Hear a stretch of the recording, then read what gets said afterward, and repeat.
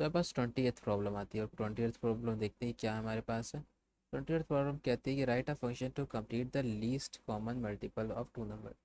ठीक है, तो हमें कंप्यूट करना है least common multiple of two number, दो नंबर का कॉमन मल्टीपल्स यानी कि एलसीएम।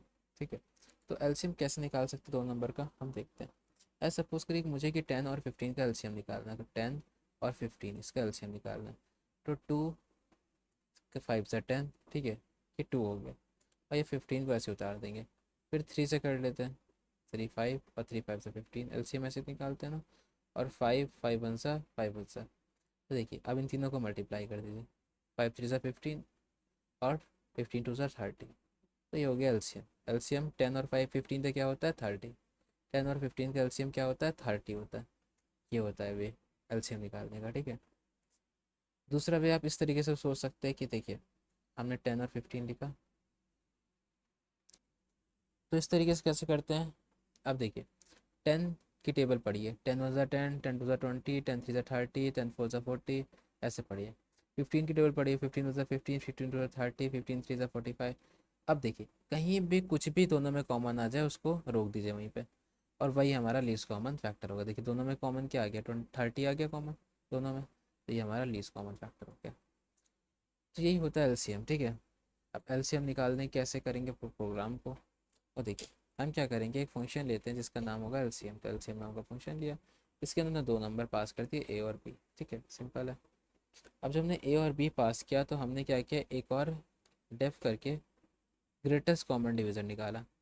ग्रेटेस्ट कॉमन डिवीज़र, दोनों का ग्रेटेस्ट कॉमन डिवीज़र, ठीक है, दोनों जिससे डिवाइड हो रहे हैं। तो ए कॉमा बी ले देते हैं।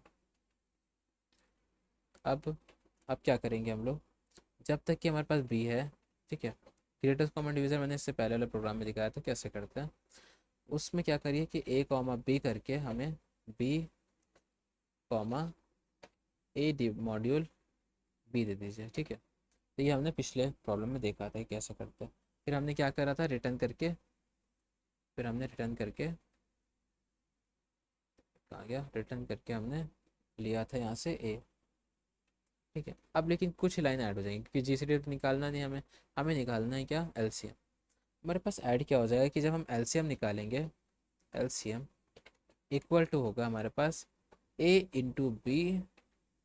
ठीक है, उसको डिवाइड करना पड़ेगा, मतलब फ्लोर डिवीजन करना पड़ेगा हमें, किससे, G C D A comma B से। ठीक है, तो G C D A comma B क्या है, ए कॉमा बी वही नंबर्स हैं जो हमने एलसीएम में लिए। ठीक है, अब ए इंटू बी तो हमने कर दिया, ठीक है, दो नंबर्स कर दिए ए इंटू बी, लेकिन जो ग्रेटेस्ट कॉमन डिवीजर आते हैं उनको एक साथ लेना पड़ता है, इसलिए ऐसा किया है। अगर मैं आपको दिखाऊं तो आप देखिए, एक चीज़ ध्यान से देखिए कि जब हमने यहाँ पे डिवाइड किया है, ठीक है, जैसे 5 से देखिए, जब 2 से डिवाइड कर रहे हैं तो 5 बार में 2 आ रहा है, 2 5 ज़ा 10, और 15 15 ही रह गया। ठीक है, 15 15 ही रह गया। वही 3 से कर रहा है तो 3 5 15 हो गया, और 3 5 15 हो गया, और ये वाला 5 5 ही रह गया इससे पहले वाले की तरह। लेकिन जब 5 से कर रहे हैं, जो दोनों से डिवाइड हो सकता है, तो दोनों नंबर से डिवाइड हो सकता है, जब 5 से कर रहा है दोनों नंबर से डिवाइड हो सकता है, उस सिनेरियो में देखिए कि उसमें दोनों नंबर ही डिवाइड हो रहे हैं। ठीक है, तो इसीलिए ऐसे टाइम पे हम जीसीटी निकाल लें, ग्रेटेस्ट कॉमन डिवीजर, दोनों दोनों से जो डिवाइड हो रहा है। ठीक है, तो अब हमारे पास ये नंबर्स हो गए। अब हमारे पास एलसीएम भी है, तो हम कर देते हैं रिटर्न करके एलसीएम निकाल लेते हैं। और अब हम यूज़र से पूछते हैं कि भाई ऐसा करो कि एक तो num1 दे दो तुम, num1 is equal to int input.